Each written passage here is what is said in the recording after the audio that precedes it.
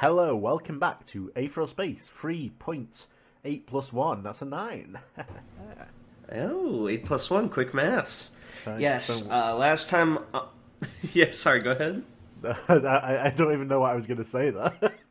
Words just sort of Thanks emerged from something. me. Thanks, I'm redacted. speaking in tongues. So, last time we read, if I remember right, it was like... I think Dragon and Skipper were training first. Yeah, unless it that was the became chapter Haikyuu before for a last. chapter. Yeah, yeah, that's what I was thinking when I was reading it. They became Haikyuu for a chapter, and they were training, and Dragon was like... They were trying to get a ball to the opponent's wall, and they were doing all sorts of freaky stuff. But amidst this, Ruth found out that Skipper's been keeping secrets. And she got into a bar fight to blow off some steam and kind of ran away. And Dragon was like, hey, you shouldn't do that. Hey, and Baka. then she was like, She was... Did you say something? It like cut out. No, don't worry about it. Oh, okay. She was all upset about it, and he was talking to her, and he found out some stuff, and there was a moment that I felt like was some really solid character development for Dragon, because knowing how big brain he is, and knowing how let's face it, easily manipulatable it seems Ruth is, he was like, I could say this right now and figure out what I want / need to know, but I'm not gonna, because that would be mean. But I'm also gonna be tsundere about it in my own head. That's my analysis of that, and I thought it was a sweet moment, building up their friendship a little bit. Yeah, And I'm curious as to towards like this Nine that's coming up, the festival. Yes. And just glancing briefly, I haven't read this yet on the lines, it looks like we are whisked back to our favorite character, Toy Musashi, who I personally picture as Boris from both real life and the Lobotomy Corp campaign. I see. Because he also had luminescence. Alright. This place will soon become a battlefield, said Atoy Musashi wistfully, looking out over Charge District in the early morning light. The preparations for the Nine were all but complete. Massive tents had been set up all across the 3 levels that would be hosting the festival, and so many effigies of the deceased had been prepared that they'd likely outnumber the attendants. Once night fell, those effigies would be beaten, burnt, torn to shreds. They'd suffer every kind of death that the masses wished upon them. To tell the truth, Musashi thought the whole custom was highly disrespectful, but he supposed he could expect no better from the UAP. Still, did he have the right to cut through a celebration like this, simply to achieve his own goals? What made his desires more important than those who wanted to give this dead man one final insult? Well, when you think about it, said Marie, walking up behind him, nearly everywhere is a battlefield, sooner or later. Her mouth was caked with sugar. She'd been eating a donut she'd purchased from a stall that had set up early, eager to get the morning business. Still, even with that mess, there was the cold, sharp glint of strength in her eyes. I'm just imagining, this, battle-hardened veteran, she's just, caked with fucking, white sugar all over her mouth. Just don't mess with me. The cold, sharp glint of strength is in my eyes. Of course, is the Aetheral Space dub, so in the original sub, they weren't jelly donuts. No, yeah, they were actually onigiri, but...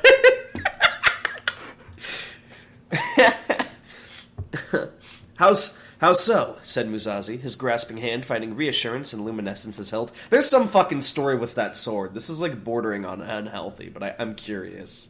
Maybe it was given to him by his mentor who was a girl he liked or some shit, but I gotta know.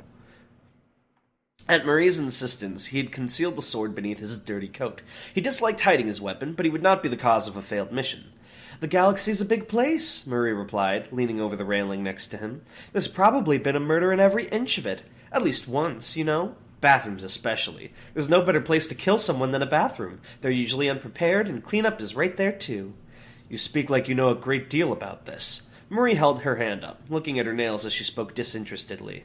Oh, I've killed plenty of people in bathrooms. You haven't? Musashi shook his head. I have not. It would be difficult to duel in such a place. Mobility is limited. Duel? Marie raised an eyebrow, and a strange smile played across her lips. I'm not talking about dueling someone, a toy. I'm talking about killing someone when they're not expecting it. Assassination, you know? Musashi frowned. That's murder. So is dueling them! It's this... Okay. Okay, Musashi. It's a fair fight, he says with his Aether abilities and fucking epic sword.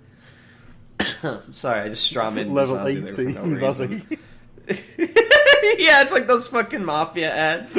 Level 1 Marie versus level 80 Level Musashi. 100 Supreme. Do you want to join my clan? That's what the supremacy is, it's just his clan. Yeah, Marie shrugged. A duel's a murder too. If the other person ends up dead, does it really matter how it happened? It does, said Musashi seriously, looking at her. An assassination is cowardly, dispatching someone without being willing to risk your own life. A duel is a fair contest between two equals, with both having a chance of winning. It's the ultimate method to determine who is superior. Reaching a bench. So what's interesting is this isn't just run-of-the-mill honor grunt, because that seems like a deep-rooted philosophy of the supremacy from what we've seen so far. I know people have issues with the name, but if I'm understanding correctly, supremacy is more about superior strength, not like a race or class thing, right? It's like all about who's the strongest, who has the most power. And I'm sure there are plenty of, people who grease palms and scum their way around in there, but that it's a little interesting because you see this trope a lot, right, of like the guy who's got this like heavy sense of honor, but it's kind of rooted in his upbringing and in his government and his own patriotism in that government, which kind of adds a sort of new layer to it that I think is really fun with Musashi. Musashi is best. Sorry, I just kind of fucking went off on a tangent there. Reaching a bench, Marie took the opportunity to lounge, draping her arms over the back of it as if it were a sofa. So if the other person doesn't have a fighting chance, that's what makes it murder? Musashi nodded. He was glad she was such an understanding person. In that case, Marie said, raising a finger, when you killed Johnston Ricale and Minister Goley, wasn't that murder? They were politicians, hardly fighting men. If they had the power to stop me from finishing them, they could have done so, and I would have accepted that outcome gladly. How's that? Marie cocked her head. Wouldn't you still be pissed off at them? Musashi put a hand on the railing. Yes, I would, but them beating me would have proved that I was mistaken in those feelings, and that their philosophy was the correct one. Alas, they attained their positions through deception rather than strength of will, and so they were unable to overcome me. That's a pretty, hardline philosophy there, Marie winced. You're not one of those Tree of Might idiots, are you? What's the Tree of Might? Is that like a thing in the universe? Yeah. Okay. He considers the question, putting a hand to his chin. In the past, Musashi had found himself agreeing with the Tree of Might on a few issues, that it had become far too easy for weak individuals to rise up in the supremacy. But I take it it's like a faction of some sort. But he disagreed with the organization on their narrow view of strength. Physical power was splendid, to be sure, but Musashi believed that intelligence and willpower were just as important. If Goley had been able to talk Musashi down with a well-reasoned argument, that would have proven the other man's superiority just as surely as an aether-infused fist would have.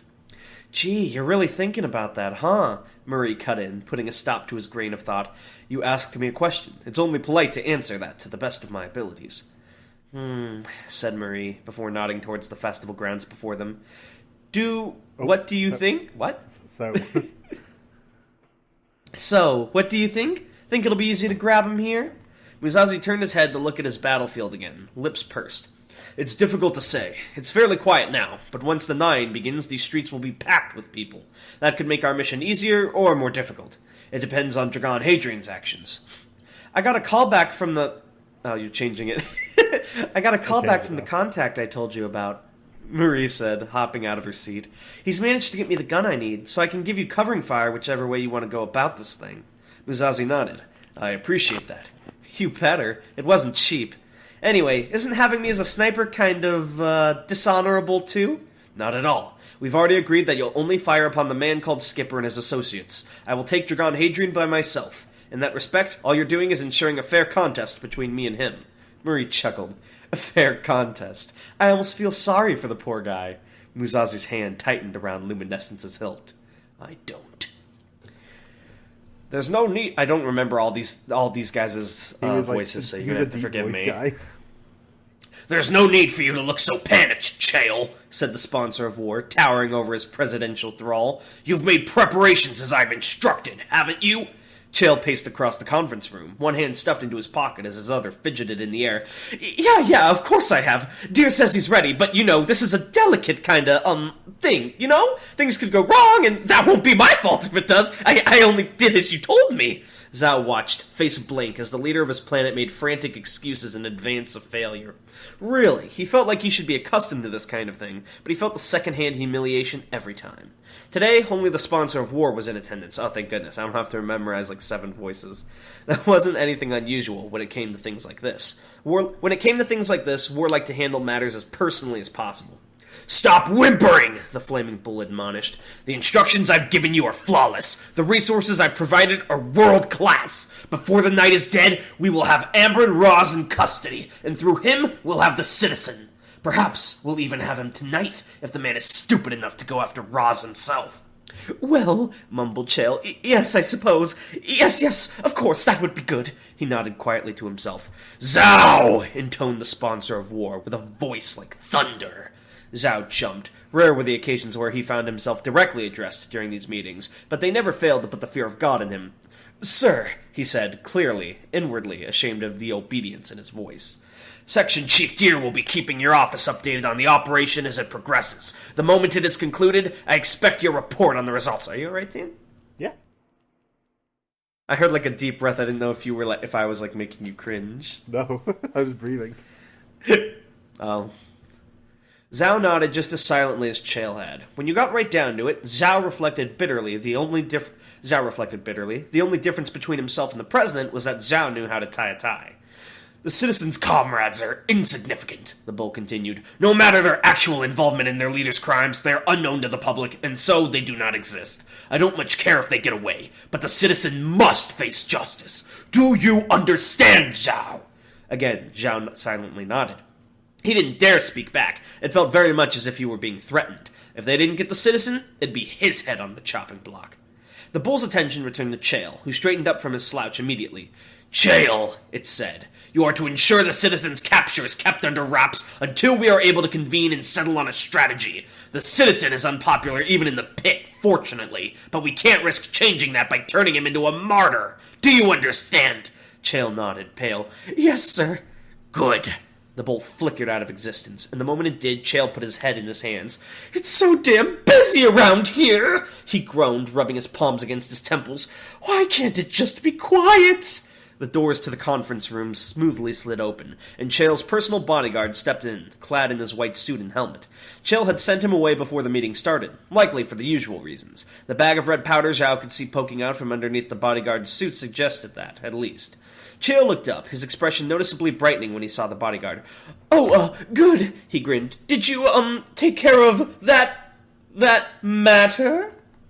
The president wasn't nearly as subtle as he thought he was, Zhao knew, as did most of the Dawn House's security, that Chael's bodyguard was there less to guard his body and more to facilitate the president's vices. In this case, narcotics. Chael's gaze slid over to Zhao, still standing there in the corner. "Leave us, man," he said, pulling on a half-assed semblance of authority. "We need to discuss important matters." He was so full of shit. Still, it was Zhao's job to do as he was told. He nodded and strolled out of the room, doing his best not to shoot a dirty glance at Chael and his bodyguard as he passed them. As the doors closed behind Zhao, he sighed long and hard. He could have been a lawyer, damn it. He could have been so many things other than this. Security officers nodded and acknowledged myself into Zhao than I intended. Security officers nodded in acknowledgement as Zhao passed them, hands clasped behind his back. If nothing else, then, at least the Dawn House security had some concept of decorum. Still, thugs for hire didn't belong in the birthplace of Taldan. What, did you want to be a lawyer at some point? No, it's just sort of, I hate my job. Yeah, me too, buddy. The Dawn House was a cramped, dark place for a government to make its home. It had, of course, been chosen... I assume 4. Yeah. For sentimental reasons rather than pragmatic ones. The Dawn House had originally just been the Dawn, the mining ship that had first landed on Taldan and discovered the colossal deposits of Nendon gas beneath the surface. Wonder what that's inspired by. You said this comment, I think, an identical comment the first time I used the word Nendon. Sorry. The city had sprung up around the ship, until, of course, it had grown to such a point where the Dawn had to park on the city's tallest building in order to still be visible. It was even written into law now. If a building was constructed that was at a greater height than the Dawn House, then the Dawn House had to be allowed to move on to that building. It was like the city's crown in that way. Oh, so it's a ship that they put on top of things. Yeah, it's the White House if it can fly around. That's kind of awesome, to be honest. It had been years since the Dawn House last flew, though, and thank goodness, the fumes were awful. Still, the old dingy thing had seemed so beautiful when young Zhao had seen it soar through the skies like a moving mountain. Zhao came to a brief stop in the hallway and put his hand against the wall, feeling the vibrations of the ship through it. It was like the heartbeat of Talden itself. Weak, labored, groaning. And yet, not quite dead. Skipper whistled as they stepped out of the elevator station, taking in the sights of Charge District. "Wowee," he said, hands on his hips. "A lot of people must have aided this Augusto guy." The district was absolutely packed with people, crowds moving like an ocean through the busy streets. The shouting of vendors looking to sell their goods, celebrants hurling delirious insults at the effigies, and security officers trying to keep order mingled into one chaotic chorus. Drones flitted through the sky like birds, some belonging to security, others bearing the logos of various news organizations. One blue drone with mandibles like a beetle swooped over the crowd, snapping a series of pictures. They'd been there for approximately 7 seconds, but Dragon wanted to go home already. Bruno stalked out of the station. They don't know I'm from the Supremacy. They don't know I'm from fucking... What was the place he was from that he hates? Crestpool? Yeah, they don't know I'm from Crestpool. Bruno stalked out of the station to stand next to Skipper, cloak pulled tight around him. "Apparently this Augusto was some kind of factory owner," he said, watching as a floating balloon representation of the deceased was speared by half a dozen javelins. "Not a huge fan of workplace safety either, from what I managed to gather." "The world's a darker place without him," said Skipper, stuffing his hands into his pockets. "See anything suspicious, Mr. Adrian?" Dragon shook his head, eyes still scanning the crowd. Nobody had been looking at their group for an unusual length of time, and none of the people who walked particularly close by were concealing weapons. Still, that didn't mean he would let his guard down. "Nice, nice," said Skipper quietly, his own eyes still cautious. "Apparently this Ross guy's supposed to be getting picked up by security near the bonfire. If anything goes down, that's where it's gonna happen." He looked towards Ruth. "Ruth, cover the back. I'll keep watch from the front. Bruno, Serena, Mr. Adrian, you guys stay in the middle." Ruth nodded quietly, and Dragon gave her an inquisitive look. That was strange. He'd thought she'd felt better when he'd left her last night, but now she looked more uncomfortable than ever. Had something happened?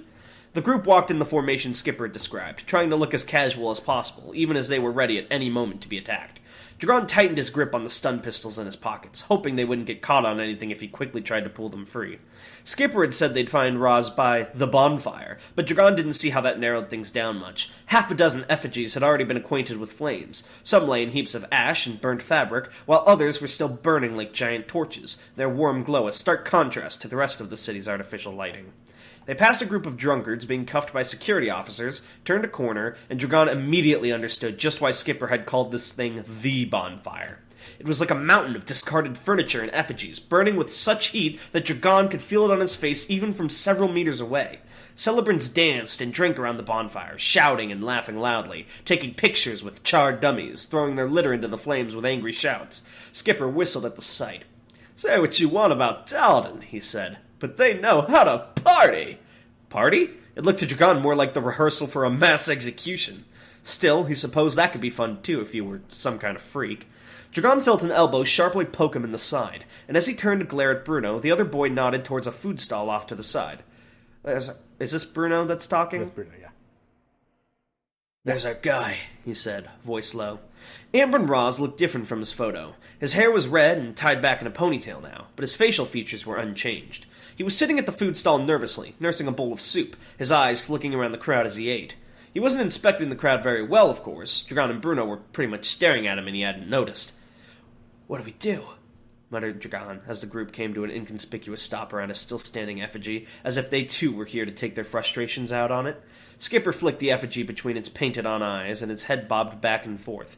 "We sit and watch," he said calmly, not looking towards Roz as he spoke. "The security contact will come by and bring him in the next couple of minutes. We just have to make sure that goes down fine."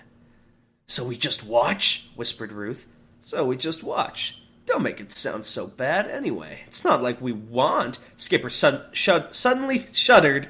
Skipper suddenly shuddered. Say that 5 times fast. Violently, his eyes widening, and at the same time a few involuntary sparks of green aether flicked across his skin. A second later, the same thing happened to the rest of them, their aether bursting out of their bodies and quickly dying down again. Even as the initial sensation passed, Dragon couldn't help but keep shuddering. It had felt as if a giant was running their hand over him, or a sledgehammer was being raised over his head, a split-second feeling of utter helplessness. The moment the shudder had stopped, Ruth's body had become taut, ready to move in any direction in a second.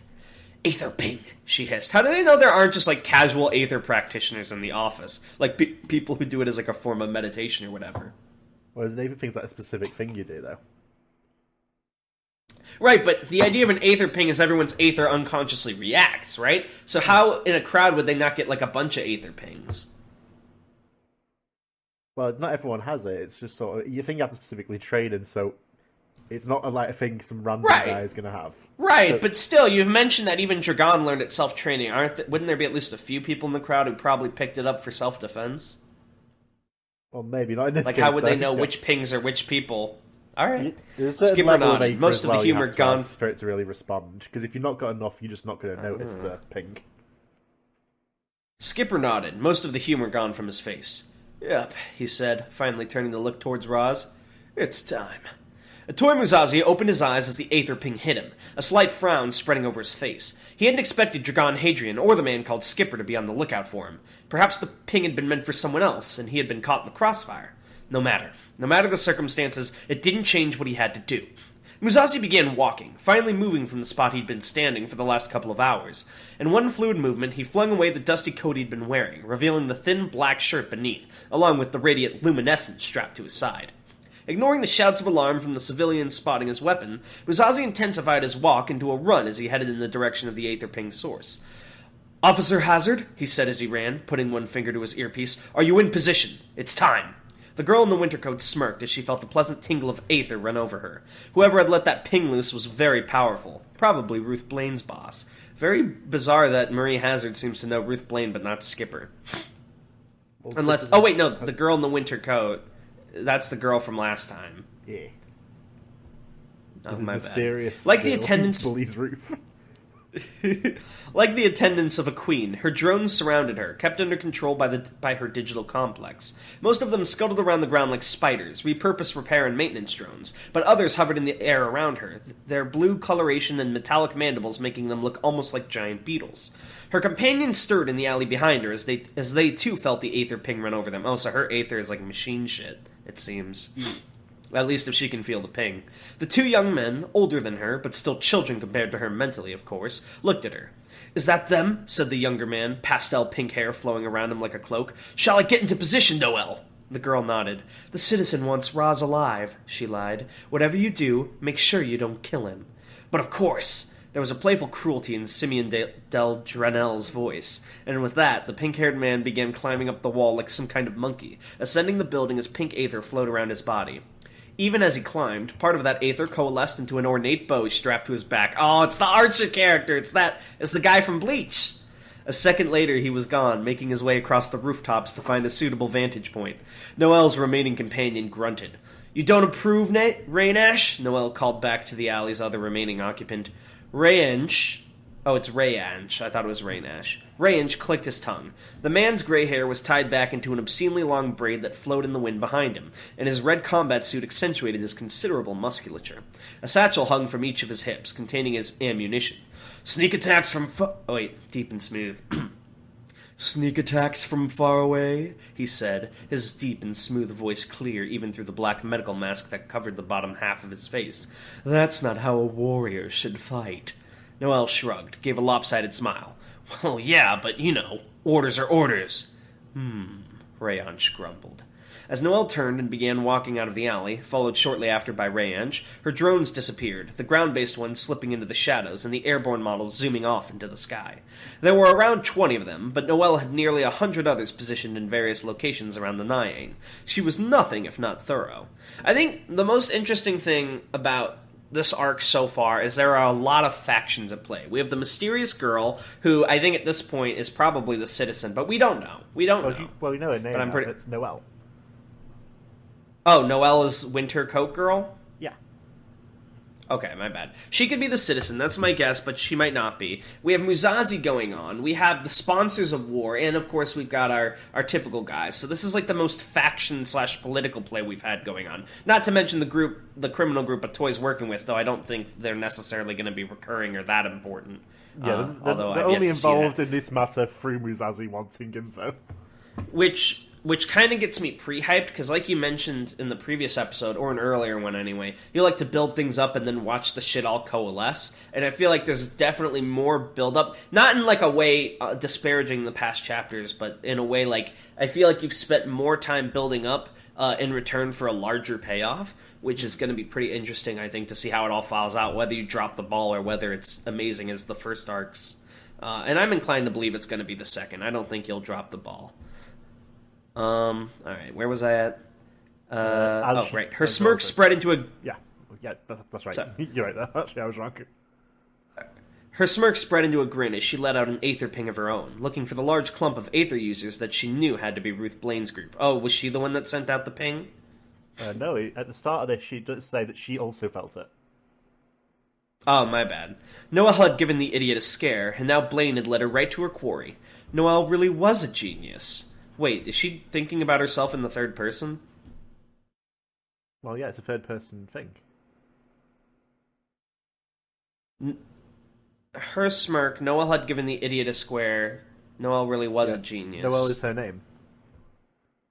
Right, but I mean, she's the one thinking that, right? Yeah, but it's not like... It's narration is she like, still. I don't know, if she's the one thinking it, wouldn't it make sense to be like, she really was a genius? I don't think Because it's really more matters. personal. Alright. It's time. As the orange after effects of the Aether ping he'd sent out skittered over his body, the man on the roof did not move. He barely even breathed. He simply overlooked the Nyane down below, his expression impassive. He was an unusual-looking man. His head was shaved so close it almost looked like hair had never grown at all. His face was lined with deep creases, as though he'd wandered through the desert for years. The simple brown cloak he wore covered a set of body armor, easily enough to absorb a plasma shot or two. From a distance, though, you could mistake the man for some kind of monk, especially with the quarterstaff he held as if to support himself. The man's most unusual feature, though, was his forehead. Oh, rip. That's so mean, Tan. Right between his cold eyes was a symbol like a dark red V, visible from under the skin. It wasn't a tattoo, it was more like the blood in his skull had coincidentally pulled into that shape. He gently closed his eyes, counting the enemies his Aether ping had revealed. 8 Aether users of variable strength. Oh, so this is a new faction! I assume he was the one who sent out the first one. Yeah. His frown deepened a tad. Inconvenient, but not impossible. So long as he didn't take on more than 3 of them at once, and so long as he took out the Emerald Man last, he should be able to kill them with ease, and obtain his prize. The Umbrant who he knew could lead him to the Citizen. As the Nyane entered the height of its celebration, the one they called the Fifth Dead stepped off the building and descended into the night. Who's the Fifth Dead again? That rings a bell. He has been mentioned. He was a guy hired by the sponsors to get the Citizen in sort of a more vague. So he's like our Boba Fett. Basically. Okay, just making sure. The Fifth Dead isn't like his organization name. That's like his name. That's his. Well, that's his. Oh, 5 like the Roman numeral V. I see. Was he like resurrected? Is he like a zombie man? Maybe we'll find out more about him later. Ooh, interesting. All right. So that was interesting. Like I was saying, I kind of stopped and gave most of my thoughts close to the end. Is there's a lot of factions being built up right now, and what's interesting to me is, sure, they can be clashed together, and there's probably going to be an interesting climax. But I'm curious, because so far each arc has been kind of self-contained, with only the plot of the main crew spilling over arcs. I'm curious if any of them, aside from, of course, Atoy and Marie, will be recurring, and how that'll play into the larger narrative of the story. Like, because I could totally see a situation where enemies today might be allies in the future, or vice versa, or like things may follow them if they leave too much of a mess. and it seems everyone's kind of got fingers in this pie right now, and they all want something, but they're gonna probably... It's a question of whether it's a battle royale, if everyone goes against the opponent they want, and it's just a simultaneous combat, or if it's gonna be like I have to get through you to get to my real target, and someone who might have been in the way of, say, Dragon will incidentally help him by being in the Fifth Dead guy's way, or whatever, even though the Fifth Dead's after the Umbran, you know what I mean? Like, there's a lot of strings here, and a lot of moving pieces that I'm kind of curious to see how creative you get with it and how it all culminates. So I'm interested. I'm excited to see what comes up in the future, and I think now more than ever is a great time to be an Aetheral Space fan. I'll tell you that. Yeah, 2021 is going to be the year of Musashi. Let me think of a question. Let me think. Okay. My question is... oh, no, that one's too obvious. Let me think. Okay. Here's one. What do you guys think the Fifth Dead's goal is? Why does he want the Umbran? Oh, wait, no, never mind. He's hired by the sponsor. Fuck! I can't think of a good one. Do you have anything? Who of the new characters introduced in this chapter would you like to know more about? Because we have a few. Author poll. One of these days you have to do that thing like manga does where it's like everyone votes on their favorite character, and then you like give them rankings and draw like an art based on it. Musashi for number 1, obviously. Yeah, that would actually be really interesting. Alright. That's the question, guys. Please feel free, if you've got the time, to leave your response down in the comments below. And of course, if you ever want to theory craft or talk about the series, you can always hit the Aetheral Space chat on our Discord channel. Tanhony always loves to hear from you guys. I like to talk about it too whenever I'm around, because I'm pretty invested in the series. Please do show up. I pop in there every day and I see no one post, and I cry myself to sleep that night. Okay, and we're going to take Tan. We're taking Tan to a therapist. He's breaking down. The facade is slowly slipping. Just read it. Just leave a fucking review, please. Please. I'm sorry for having a fat cock, please. Have you ever seen that image? No. The image of like an anime boy breaking down crying, and it says, "I'm sorry for having a fat cock." Exactly, that's the vibe. I'm good. Yeah, that's you, but please leave a review. Please, if you leave a review, I will post a chapter of Aetheral Space on the next chapter day. If you don't, I will still post one, but I'll be sad. I'll tell you this. If you don't leave a review, the Fifth Dead will be coming. In fact, I'm going to tell you right now, this video isn't ending until you leave that review. How will they? How? Even if you walk away from the computer, you'll continue to hear it in your head. Oh my god. Alright, bye! This is my ability. This is my last resort. Bye! Alright, bye.